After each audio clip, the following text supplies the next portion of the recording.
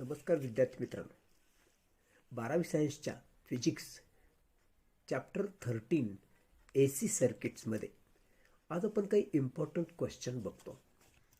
Question number 1 बघा. An electric lamp is connected in series with a capacitor and an AC source is glowing with a certain brightness. How does the brightness of the lamp change on increasing the capacitance? We know that Z, that is impedance, is given by root of r square plus 1 upon omega square c square. R square काय? Resistance of the lamp. Omega काय? Angular frequency of A C. C काय? Capacitance of capacitor which is connected in series with A C source and the lamp. Now we know that if C is increased, then 1 upon omega square C square decreases. कारण C छेदात आहे बघा, म्हणजे inversely proportional आहे. म्हणजे छेदातली संख्या increase होते तर हा संपूर्ण डिक्रीज होतो. So Z increases. Now PAV, that is average power over one cycle, which is given by PAV is VRMS into IRMS into cos of phi. हा फॉर्म्युला आहे. मग पॉवर फॅक्टर याला म्हणतात कॉस ऑफ फायला, which is given by R upon Z. So याच्याकडे बघा आता. As Z increases म्हणजे हा छेदात आहे, मग पॉवर फॅक्टर डिक्रीजेस म्हणजे हा अंशात आहे तो डिक्रीज होणार, कारण हे दोघं इन्व्हर्सली प्रपोर्शनल आहेत. मग झेड इन्क्रीज झाला की power factor that is cos of phi हा डिक्रीज होणार. आय आर एम एसचा फॉर्म्युला आहे बघ, V R M S upon Z. If you put I R M S is equal to VRMS by Z in average power, we get average power चा formula होता बघ, VRMS into IRMS into cos of phi. परंतु IRMS च्या जागी मी लिहिलेले VRMS upon Z. म्हणजे काय झालं, VRMS VRMS यांचा प्रॉडक्ट जर घेतला तर तो V square RMS upon Z into cos of phi होणार. So average power is equal to V square RMS upon Z into cos of phi. From this it is clear that, आता या फॉर्म्युल्याकडे बघितलं तर it is clear that average power PAV decreases when Z increases. कारण हे दोघं अंशात आणि छेदात आहेत, म्हणजे Z हा इन्व्हर्सली प्रपोर्शनल आहे. हा वाढवला की हा कमी होणार, हा वाढवला की हा कमी होणार. So average power decreases when Z increases and Z increases then also power factor this also decreases. कारण याला इन्क्रीज केलं की हा डिक्रीज होणार, कारण हे सुद्धा एकमेकाच्या व्यस्त प्रमाणात आहेत. नाव करंट थ्रू लॅम्प म्हणजे IRMS decreases, that is VRMS upon Z decreases. So the brightness of the lamp will decrease when C is increased. Question number 2. The total impedance of a circuit decreases when capacitor is added in series with L and R. Explain why. तर in case of L R circuit कसा असतो हे बघून घ्या. हा L R circuit. In case of L R circuit the impedance Z L R is equal to root of R square plus X L square. Here XL is the reactance of the inductor. If a capacitance C is added in series with L and R, then the impedance is given by. हा circuit आहे L R circuit. यामध्ये हा आहे inductance, R आहे resistance. यांच्या सर्किटमध्ये जर आपण कॅपॅसिटर ॲड केला म्हणजे सिरीजमध्ये एल सी आणि आर हे एका सिरीजमध्ये ॲड केले तर काय घडतं. So if capacitance C is added in series the L and R, then the impedance is given by. यामध्ये जर कॅपॅसिटन्स ॲड केला तर impedance Z L C R होणार is equal to given by root of R square plus XL minus XC bracket square. So XC is capacitive reactance.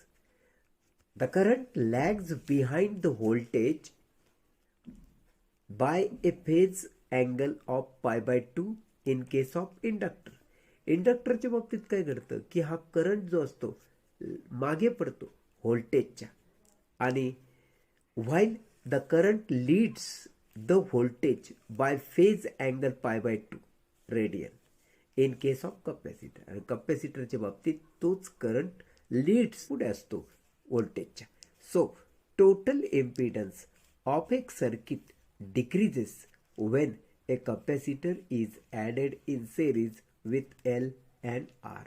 आणि अशा रीतीनं तो capacitor जेव्हा आपण ॲड करतो तेव्हा इम्पिडन्स त्या सर्किटचा डिक्रीज होत असतो. नेक्स्ट क्वेश्चन बघ, question number 3 for 1 mark. For very high frequency AC supply a capacitor behaves like a pure conductor. Y?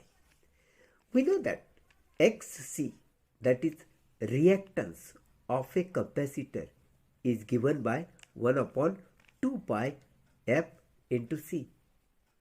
This is the reactance of a capacitor, XC. Now here F is frequency of AC supply, C is capacitance of a capacitor. Now for very high frequency XC is very small. आता frequency जर हाय असेल तर साहजिक आहे XC very small असणार, कारण हे एकमेकाच्या व्यस्त प्रमाणात आहेत, इनव्हर्सली प्रोपोर्शनली. हा इन्क्रीज झाला तर हा कमी होणार, हा वाढवला तर हा कमी होणार. This is inversely proportional. तर या ठिकाणी असं होतं की for very high frequency, so frequency is if very high then XC is very small. So for very high frequency AC supply a capacitor behaves like a pure conductor. आणि म्हणून very high frequency असेल तर तोच capacitor as ए pure conductor behave करत असतो.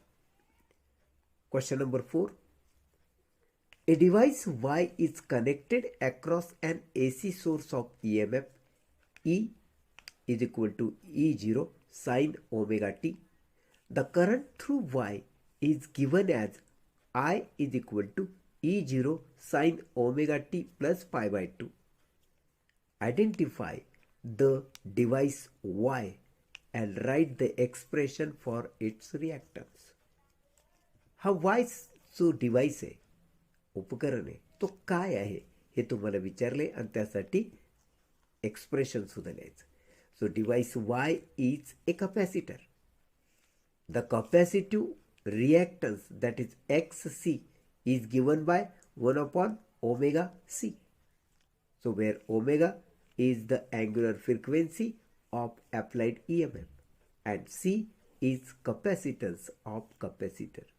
So expression is this for the capacitive reactance. Question 5. A device Y is connected across AC source of EMF E is equal to E0 sin omega t. The current through Y is given as I is equal to E0 sin omega t plus pi by 2. Draw a graph showing variation of EMF and current with the time over one cycle of AC for Y. तर graph showing variation of EMF and current with time over one cycle of AC for Y is given like this.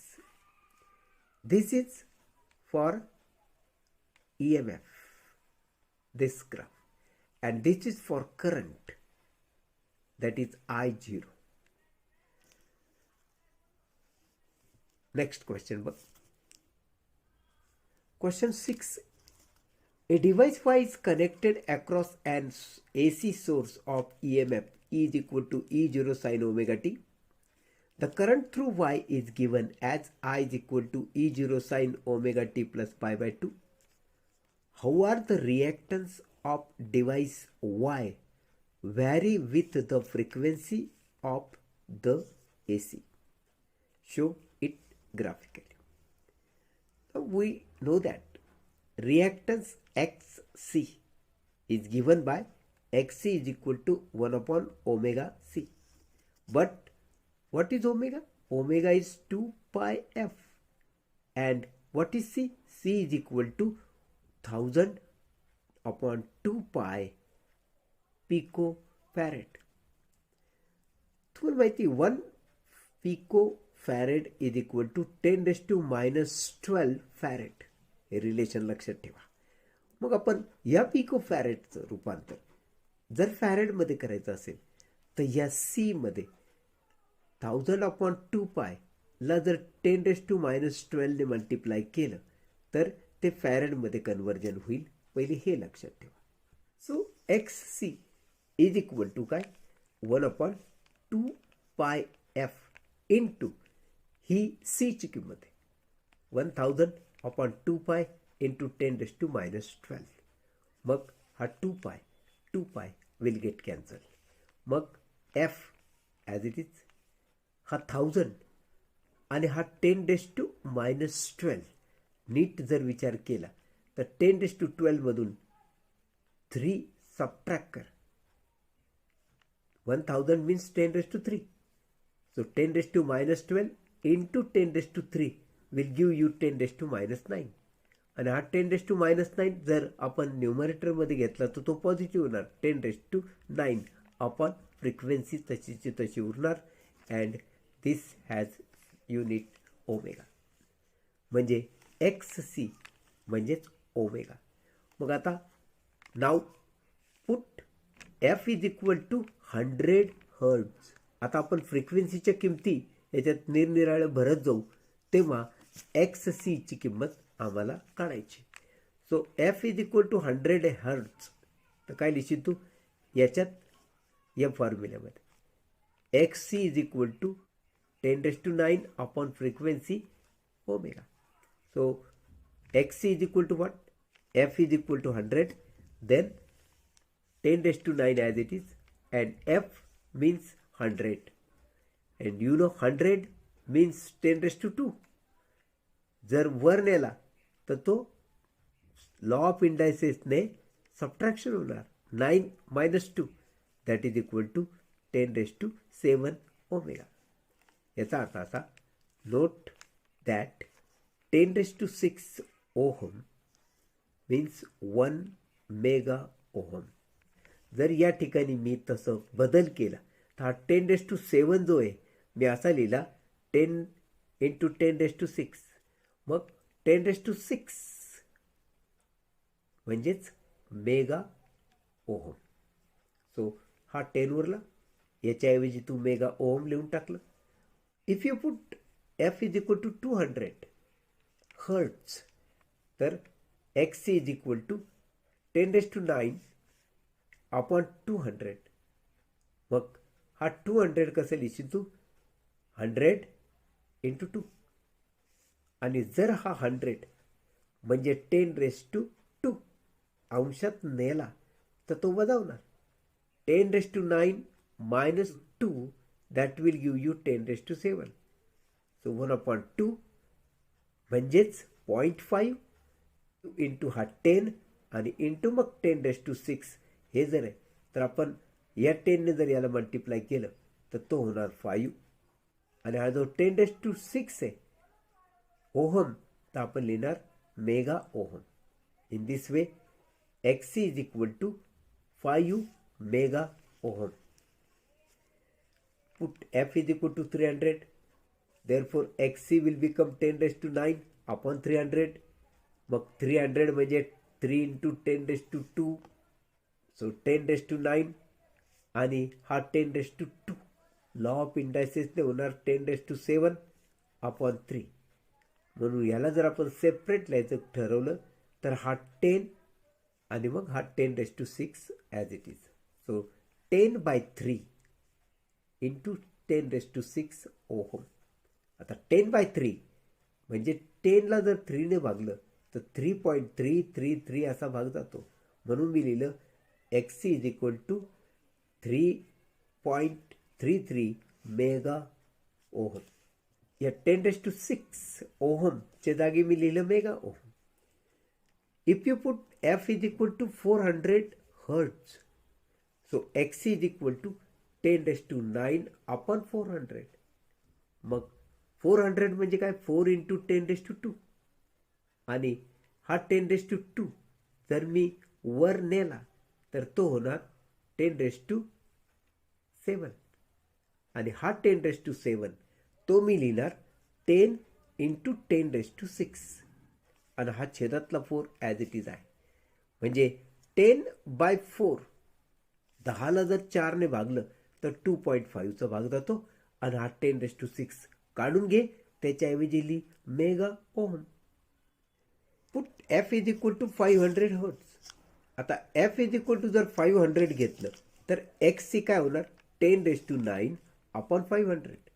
मग परत मगासारखंच हा 10⁻9 as it is ठेवला. 500 म्हणजे 5 into 100. मग हा 100 म्हणजे 10⁻2 जर मी वर आणला तर तो 9मधून 2 सबट्रॅक्ट होणार म्हणजे 10⁻7 होणार आणि आपण होणार फक्त 5. म्हणजे 10/5 ह्याला आपण कसं लिहिणार 10 into 10⁻6. मग 5 2 जा 10 आणि हा 10⁻6 जर मी काढून टाकला तर ते होणार मेगा ओहम. फक्त हा भागाकार राहील 2 मेगा ओहम इज XC. आता या values F is equal to 100 तेव्हा 10 XC ची किंमत. F इज इक्वल टू 200 तेव्हा 5 MQ ही XC ची किंमत. F इज इक्वल टू 300 तेव्हा XC ची किंमत 3.33 mega ohm. F is equal to 400 hertz तेव्हा XC ची किंमत झाली 2.5 मेगा ओहम. आणि finally F is equal to 500 hertz तेव्हा XC ची किंमत झाली 2 मेगा ओहम. अशा रीतीने या किमती घेऊन आपण ग्राफ काढलेला आहे. म्हणजे ग्राफिकली हे आपण कसं दाखवतोय बघ. Along y-axis 1, 2, 3, 4, 5, 6 up to 10 1 centimeter is equal to 10 असं मी घेतलं. आणि along x-axis 100, 200, 300, 400, 500 ही झाली फ्रिक्वेन्सी. मग फ्रिक्वेन्सी अगेन्स्ट XC हा ग्राफ आपण काढतोय. तो F 100 तेव्हा फ्रिक्वेन्सी होती बघ 10. F 200 तेव्हा XC होता बघ 5. फ्रिक्वेन्सी 300 तेव्हा XC ची किंमत आहे 3.33. या 3च्या थोडंसं वर म्हणजे 3.33.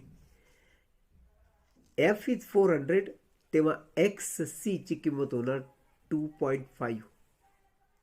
आणि फायनली F जर आपण 500 घेतला तर XC ची किंमत झाली 2. अशा रीतीनं हा ग्राफ आपण काढलेला आहे. क्वेश्चन नंबर 7 बघ.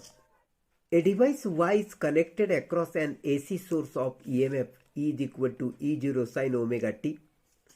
The current through y is given as I is equal to E0 sin omega t plus pi by 2.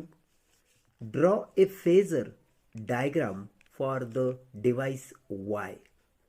2 marks question.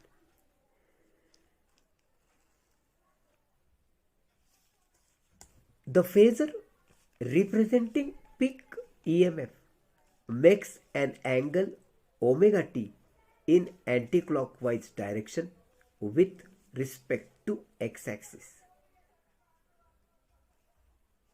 He anticlockwise direction म्हणजे घड्याळाच्या काट्याच्या विरुद्ध दिशेने, तो अँगल आहे ओमेगा टी. तर ही E0 ची पीक व्हॅल्यू आहे. As current leads the voltage by 90 degree, the phasor representing I0 current is turn 90 degree anti-clockwise with respect to the phasor representing EMF E0. The projection of these phasors on the vertical, that is y-axis, gives instantaneous values of E and I. हे जे vertical वरती perpendicular टाकलेले आहेत, E0 मधून Y ॲक्सिसवर, I0 मधून Y ॲक्सिसवर, हे जे आहेत ते तुम्हाला E आणि I चे प्रोजेक्शन्स आहेत, म्हणजे इन्स्टंटेनियस व्हॅल्यूज ते दाखवत असतात. Question number 8. What is the natural frequency of LC circuit? What is the reactance of this circuit at this frequency? The natural frequency of LC circuit is given by 1/2 pi root of LC, where L is inductance. हा L जो आहे तो inductance आहे, तर C हा capacitance आहे. Now the reactance of this circuit at this frequency is, हा reactance XC is equal to what? 1/2 pi fc minus 1/2 pi fn. This is the reactance of the circuit at that frequency. आता या ठिकाणी आपण काय करणार माहिती का? Put f is equal to 1/2 pi root of LC. He value f च्या जागी भरणार, या इथं आणि या इथं, म्हणजे काय होईल? 1/, हा 2 पाय, हा C ॲज इट इज आहे. फक्त या एफ च्या जागी मी लिहिलं 1/2 पाय रूट ऑफ LC मायनस परत हा 1/, हा 2 पाय, हा L, आणि एफ च्या जागी मी लिहिलं 1/2 पाय रूट ऑफ LC. मग काय घडलं? पहिल्यांदा 2 पाय, हा 2 पाय कट करा, 2 पाय, हा 2 पाय कट करून टाका. मग हा जो C आहे तो याला मल्टिप्लाय करेल तर C उरेल आणि रूट मध्ये उरणार LC. तर हे मायनस, हा 1 अपॉन, इथं उरला फक्त L अपॉन रूट मध्ये LC. मग आता बघ आपण काय केलंय, हा जो C आहे त्याला लिहिलं root C into root C upon हा root LC as it is. हे मायनस साईन, हे 1/, परत हा जो L आहे या L ला मी लिहिलं root L into root L upon हा root LC as it is. मग हा रूटमधला L आणि C सेपरेट लिहिले आपण रूटमध्येच, रूट L रूट C.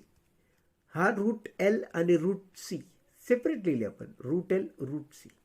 एकाच रूटमध्ये तर आपण सेपरेट रूटमध्ये लिहू शकतो, रूट L रूट C असं सेपरेट लिहिलं. त्यामुळे काय झालं, हा C, हा C कट, हा रूट C कट, हा रूट L, हा रूट L कट, इथं उरला रूट C रूट L. मग हे दोघं एकाच रूटमध्ये लिहू, root of C upon L. हे 1/, छेदामध्ये काय होणार, रूट L रूट C, म्हणजे एकाच रूटमध्ये लिहू रूट L रूट C. आता अजून एक गोष्ट लक्षात ठेव, हे इनव्हर्सली मल्टिप्लाय जर केलं तर C वर जाईल, रूट C वर जाईल आणि रूट L खाली राहील. म्हणजे हा 1 हा root C upon L as it is, हे मायनस साईन, आणि हा सी वर आणि रूट एल खाली लिहिला तर root C upon root L असं येईल ते. आणि अशा रीतीनं दोन्ही root of C upon L minus root of C upon L म्हणजे दोघं आपसात कट होतील, म्हणजे वजाबाकी येणार 0, आणि 1 अपॉन 0 याचा अर्थ असतो infinity. So the reactance of this circuit at this frequency is infinity. तर मित्रांनो, हे इम्पॉर्टंट क्वेश्चन म्हणून तुम्ही नीट समजून घ्यायचा प्रयत्न करा. चॅप्टर नंबर 13 AC सर्किट्स वरती हे इम्पॉर्टंट क्वेश्चन आहेत. मी मार्क सहित दिले, 1 मार्क, 2 मार्क, 3 मार्क. त्या पद्धतीने तुम्ही अभ्यास करावा. याच्यावरती ऑब्जेक्टिव्ह म्हणजे MCQ आणि न्यूमेरिकल प्रॉब्लेम्स मी नेक्स्ट भागात देतोय. Best of luck.